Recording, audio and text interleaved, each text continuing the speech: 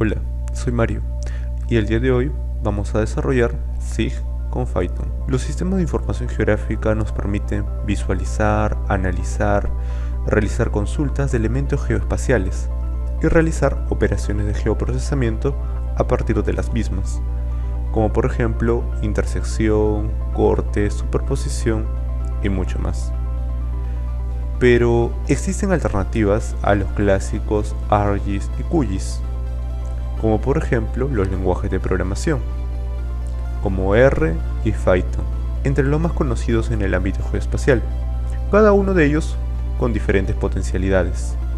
Pero el día de hoy utilizaremos Python. Bien, ¿dónde podemos programar con Python?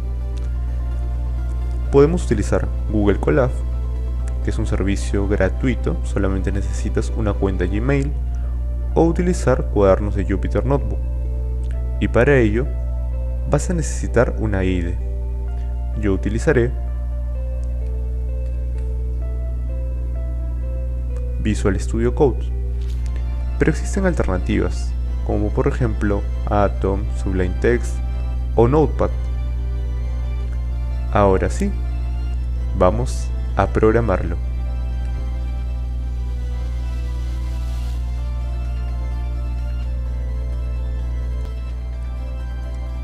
Bien, ya nos encontramos en Visual Studio Code y para poder abrir un archivo o un script en este caso, simplemente nos dirigimos hacia esta parte y colocamos la ruta en la cual se encuentra nuestro script, o mejor dicho, nuestro cuaderno de Jupyter Notebook, que generalmente se identifica por tener esta terminación, IPINB. ¿Ok? En este caso ya está abierto y lo primero que vamos a hacer es importar la librería. GeoPandas es una de las librerías más utilizadas en el ámbito geoespacial, bueno, con Python. Entonces vamos a importar esta librería. La forma de importarla es igual que muchos otros. Colocamos el nombre y por ejemplo con qué nombre las vamos a llamar o conocer dentro de nuestro cuaderno de Jupyter Notebook. Por convención generalmente se elige GPD. Entonces ejecutamos. Ahora sí vamos a leer el shapefile. Es bastante sencillo también. Para ello vamos a utilizar gpd.readfile y colocar la dirección en la cual se encuentra nuestro shapefile. Yo he elegido las áreas naturales protegidas del Perú. Listo. Simplemente ejecutando. Aquí recuerden copiar adecuadamente la ruta del archivo. Y una vez realizado esto, por ejemplo, tenemos 98 columnas, 98 filas por 17 columnas. Podemos apreciar aquí esto que se conoce como la tabla de atributos. Dentro de GeoPandas lo vamos a conocer como el Geodata Frame. Vamos a definir un índice para poder realizar mejor las operaciones y vamos a elegir el nombre, ANPNOM. Precisamente está aquí. Recuerden, casi todas las operaciones .setIndex y colocamos el nombre del campo correspondiente. Ya está. De esta forma se ha definido el índice. Como podemos comprobarlo, se puede apreciar aquí, y si lo comparamos con la ejecución anterior vemos que no está de esta forma, así que ya quedó en esa parte. Si deseo analizar, por ejemplo, no ver toda la tabla de atributos, no ver todo el Geodata Frame, puedo simplemente colocar anp.get5 para ver las 5 primeras filas, o si deseo ver las 7 primeras filas, puede ser así. De la misma forma, anp.tail y colocar 8, las 8 últimas filas, que nos encontramos a Illescas, dorsal de Nazca, cordillera de Colán. Y ahora, algo que podemos realizar por ejemplo con ArcGIS o QGIS son consultas, los queries. En algunos casos nos dirigimos por ejemplo utilizando ArcGIS a propiedades y ahí podemos definir un query. Si yo quiero definir, haciendo un ejemplo, las áreas naturales protegidas que se encuentran en Cajamarca, puedo utilizar .query anp ubicación igual Cajamarca, o podría colocar otro departamento, región, Amazonas, Lima, La Libertad, Piura, entre otros. Entonces, clic, y de esta forma encontramos los siguientes elementos: Pagaibamba, Cutervo, Bosque Nublado de Udima, Tabaconas Nambaye. En algunos casos se repiten los elementos. Bien, ahora algo muy importante es definir el sistema de referencia, aunque no necesariamente siempre va a estar. Siempre que importemos un GeoData Frame vamos a utilizar geográficas o UTM si es lo más usual.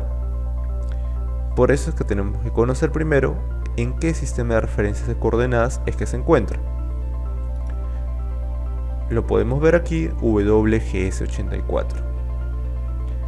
Pero recuerden, para realizar operaciones, por ejemplo, calcular perímetros, intersección, calcular el área, es muy importante que esté en UTM, en sistema de coordenadas planas.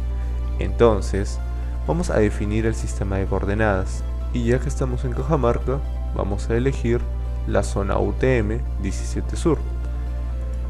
Entonces, lo primero, vamos a definir la geometría .setGeometry, y si se dirigen hacia la parte superior, tiene precisamente una columna que se llama Geometry.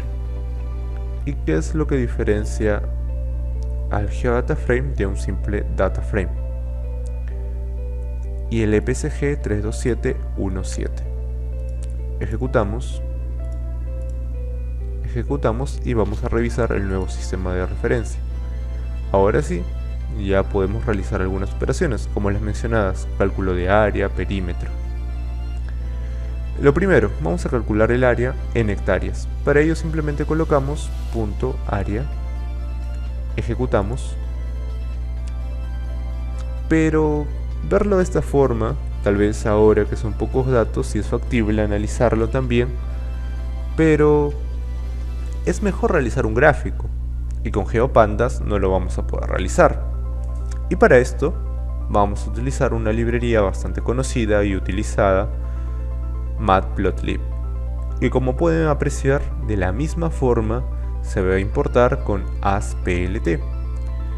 Bueno, la estructura es la misma de importar librerías, es la misma para todas. Bien, entonces vamos a definir un nuevo nombre. Por ejemplo, vamos a agrupar cada área natural protegida que es encontrado para Cajamarca de acuerdo a su categoría. Entonces, utilizamos Group By, ANP categoría, área, y calculamos la suma para cada una de ellas. Y luego vamos a crear el gráfico de barras, en el cual con el parámetro kin definimos precisamente el tipo de gráfico. Luego vamos a incorporar el título, la etiqueta X y la etiqueta Y, y finalmente vamos a plotear el gráfico. Entonces ejecutamos y tenemos el gráfico. Esto se puede configurar mucho más y vamos a ver otros gráficos también. Por ejemplo, podríamos cambiar el color por cada una de las categorías, etc. Pero a simple vista podemos apreciar que el Santuario Nacional posee un mayor número de áreas que las demás, por mucho más. Bien, ahora vamos a categorizarlo de acuerdo a la UICN, Unión Internacional por la Conservación de la Naturaleza. La dinámica es la misma, pueden cambiar en esta parte el nombre del campo o columna correspondiente. Ejecutamos y en esta parte vemos que quien adquiere una mayor área es la conservación de características naturales únicas. Bien, también podemos calcular el perímetro, .boundary, y como pueden apreciar se ha añadido en esta parte. Se ha añadido con el nombre que hemos colocado aquí, boundary. Si hubiéramos colocado tal vez boundary aquí, de la misma forma. Ahora, también podemos crear centroides, simplemente añadiendo puntos centroides. Ejecutamos, revisamos nuestro GeoData Frame y podemos encontrar aquí el centroide. Ahora vamos a realizar una operación, por ejemplo, definir desde un centroide hacia los demás la distancia. Como comienza desde 0, por ejemplo, Paigabamba sería 0, Cutervo 1 y así sucesivamente, vamos a elegir el número 2, que sería Cutervo 0, 1, 2. Entonces definir la distancia hacia los otros centroides. Ejecutamos y en esta parte va a calcular la distancia. El punto inicial ya lo hemos definido ejecutamos en esta parte y ha calculado la distancia. Ahora, ¿por qué en esta parte aparece 0? Pues lógicamente desde su centroide hacia el mismo no existe una distancia. Acá podemos calcular la media. Y lo más importante, podemos visualizarlo. Podemos plotearlo. Por ejemplo, de acuerdo al área, podemos añadir los centroides. Pueden añadir incluso la leyenda, como se puede apreciar. Y aquí también podemos apreciar ambos gráficos. Pero, ¿por qué no lo personalizamos? Pues vamos a ello. Podemos configurar incluso el tamaño del gráfico, porque inicialmente no lo estábamos controlando. Pero en esta parte sí podemos hacerlo. Por ejemplo, en .plot, que ya lo hemos hecho antes, .plot, podemos incorporar parámetros como la columna, leyenda y la posición en la cual se va a encontrar la leyenda. Por ejemplo, en la parte superior derecha. ¿Qué es lo más apropiado en este caso? Porque si no, por ejemplo, si colocamos aquí también un tamaño 10, puede que no sea muy apropiado. O por ejemplo aquí colocar 12 va de alguna forma a interferir con el gráfico. Así que vamos a dejarlo en 15. Listo. Y ya tenemos este gráfico.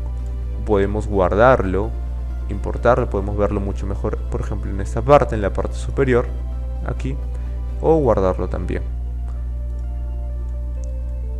Ahora vamos a definir área de influencia, también conocido como buffer. Primero del área natural protegida. Pueden elegir obviamente la distancia que ustedes consideren correcta o según el caso que ustedes se encuentren desarrollando.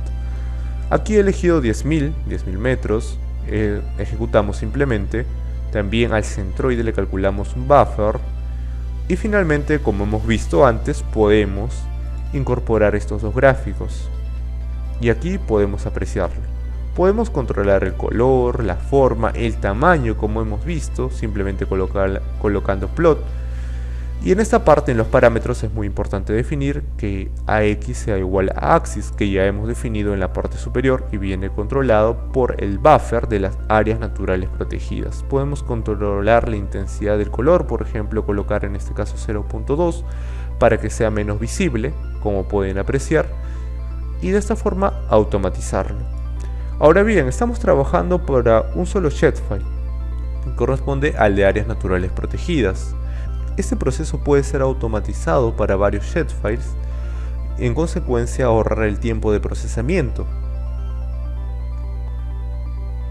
Y finalmente podemos visualizar, por ejemplo, un solo elemento o la geometría del mismo. Si elegimos para Tabaconas-Nambaye, podemos apreciar la geometría de Tabaconas-Nambaye. O podemos elegir alguno de los otros elementos que se puede encontrar aquí. Y finalmente les recomiendo probar con cada uno de las categorías, subir sus propios shapefile, analizarlo, visualizarlo, utilizar no solamente las librerías que hemos visto ahora, como por ejemplo GeoPandas, Matplotlib, sino que existen muchas más en realidad. Y si quieren trabajar con elementos raster, por ejemplo, dentro de Phython pueden utilizar Rasterio. Es una gran ventaja utilizar Phython para poder automatizar los procesos, ya que también se pueden incorporar, por ejemplo en ArcGIS, con ArcPy se puede trabajar con Phython, y en QGIS también se puede hacer lo mismo, conocido como PyQGIS. Obviamente tiene sus ligeras variaciones. Hasta aquí el video, espero que les haya gustado y pueden seguirme en redes sociales en TikTok como mario.cr25, en LinkedIn como Mario Cáceres 25 y también en Facebook, donde estaré compartiendo información de SIG, teledetección, medio ambiente y mucho más. Nos vemos en un próximo video.